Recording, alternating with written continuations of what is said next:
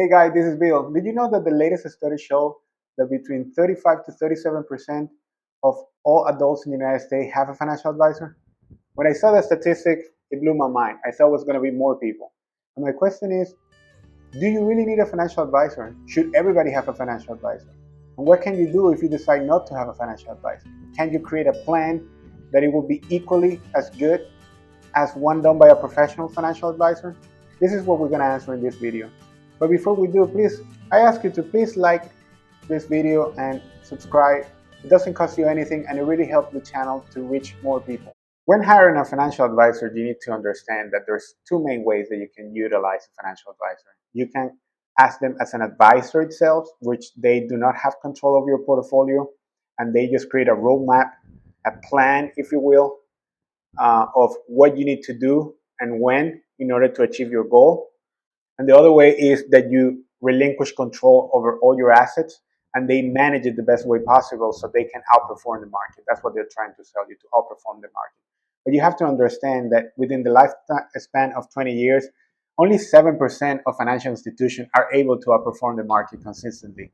And more shocking than that, in the first year, about 59% of all financial institutions underperform the market. So that's very important consideration. In my opinion, you should never relinquish control over your assets to any financial advisor. Another important aspect of hiring a financial advisor is to understand how they get compensated. And there's three main ways which financial advisors get compensated. One, under a commission basis, which basically they get a commission every time that they sell, buy anything within your portfolio. They also get commissions for referrals from other financial institutions or mutual funds that they would like them to add those mutual funds to your portfolio. The second way which financial advisors also get compensated is under the asset under management method. Usually is a flat fee that they charge you over the value of your portfolio, usually between 1 to 2%. But that one sounds very good, 1%, 2%. It's not that much money. However, you have to recognize that this is over the lifespan of your investment and also take in consideration the compounding effect of your gains within your portfolio. Most studies show that this method will erode about 1/4 of your portfolio what you could have achieved if you will not pay this 1 to 2%. So it's very costly at the end.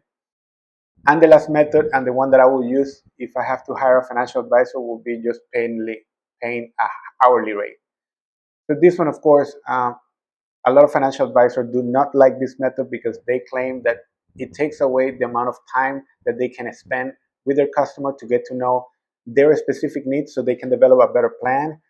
And that is true. However, at the same time, they have to spend many, many more hours dedicating to a specific customer in order to gain the same amount of reward or compensation using any of the previous methods that we discussed. So what I like about this one is that I pay them a flat hourly rate. I use them. I ask any question I have. They can create my plan if I need to, but I do not relinquish control over my portfolio. I'm free to use their advices or not as I see fit. With so much information out there, I truly believe that anybody can create a good financial plan for any type of goal, for retirement, for buying a house, making a big purchase, or anything that you might like to do in the future. However, you need to have a couple of things, a couple of basics areas taken care of before you decide if you want to go with a financial advisor or not.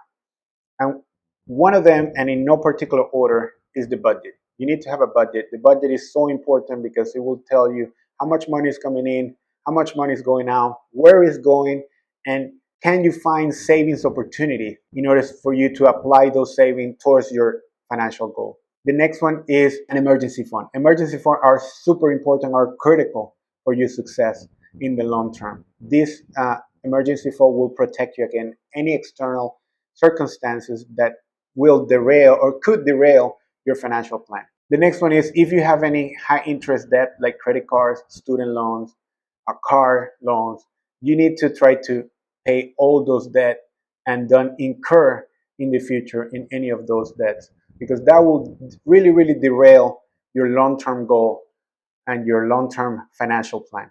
The last one but not least is having a max out your 401k or IRA. So if you work for a company that sponsors a 401k, just max out your 401k, max out your IRA, or at least put as much as possible um, before you even think about hiring a financial advisor. Usually the 401ks have a very small amount of funds which you can invest, and they're usually allocated or promoted by your company. So the value that a financial advisor will have in managing that portfolio is very minimum. So it's not really worth the money to hire a financial advisor to give you some pointers that you can find online, or you can just ask your HR personnel. But if you're still determined to hire a financial advisor, I will recommend you to start your search by looking at the National Association of Professional Financial Advisors. And I will leave the link to the description below. So if you're still watching the video, thank you very much. I think to wrap up, if you need a financial advisor, it always depends to you. But if I would have to hire one, I will hire one on an hourly basis, and I will ask them specific questions. I will show them my plan. I will ask them for strategies, opinions. What should I do? What can I improve in order to make it better? But I will definitely will not relinquish control of my portfolio to any financial advisor for the hope of high return when it has been proven that 93% of all financial institutions underperform the market within the 20-year lifespan. So thank you very much, and let's see you next week.